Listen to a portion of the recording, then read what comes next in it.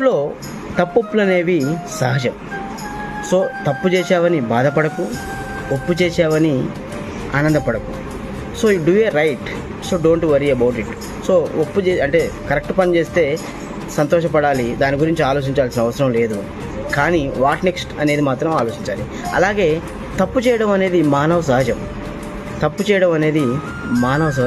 తప్పు జరిగింది అని బాధపడకు. సరే, తెలిసి చేసినా తెలియక చేసినా తప్పు జరిగిన దాన్ని ఏం చేయలేవు.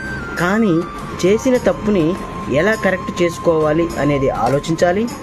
మరలా అటువంటి తప్పిదాలను చేయకుండా ముందుకు పోవాలి.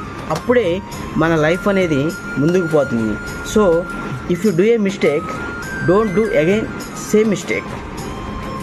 సో తప్పు చేస్తే మరలా ఆ తప్పు చేయకండి. తప్పుని సరిదిద్దుకోండి, సమర్థించుకోకండి. ఎప్పుడైతే మనం చేసిన తప్పును సమర్థించుకుంటామో